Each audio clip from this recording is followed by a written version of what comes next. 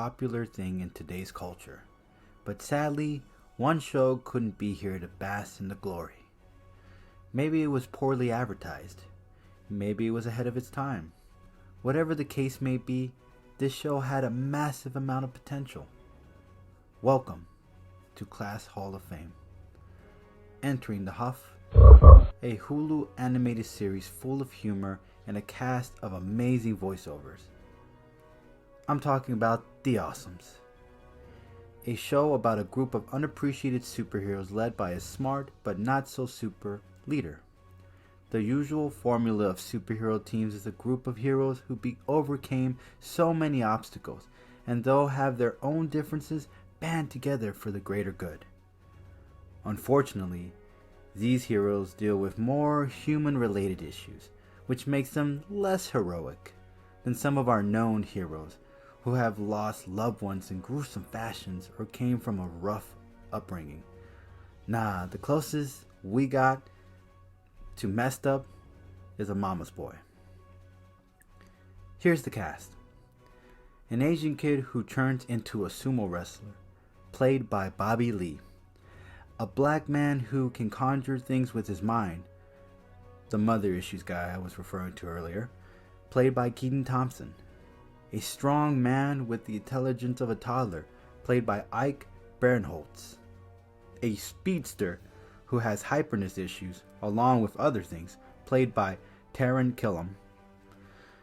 A older woman who turned back into a younger self thanks to a rejuvenating ray, played by Paula Pell. A secretary who's a people pleaser, played by Emily Spivey. An Italian woman, I believe, who can control electricity, probably the normal one of the group, played by Rashida Jones. A more self-absorbed version of Superman, played by Josh Mayers. And lastly, the weakest of them all, who happens to be the leader of the group, with daddy issues, with a high intellect, played by Seth Meyers, who was the co-creator of the show. Seth MacFarlane, look out. Sadly, that's not the case since the show reached a cancellation in 2015 due to low viewing, which makes no sense considering the show had gotten 3 seasons under the belt. The show gave us nuance to animated series storytelling, as it provided cliffhangers at the end of every season that made you excited to see the next season.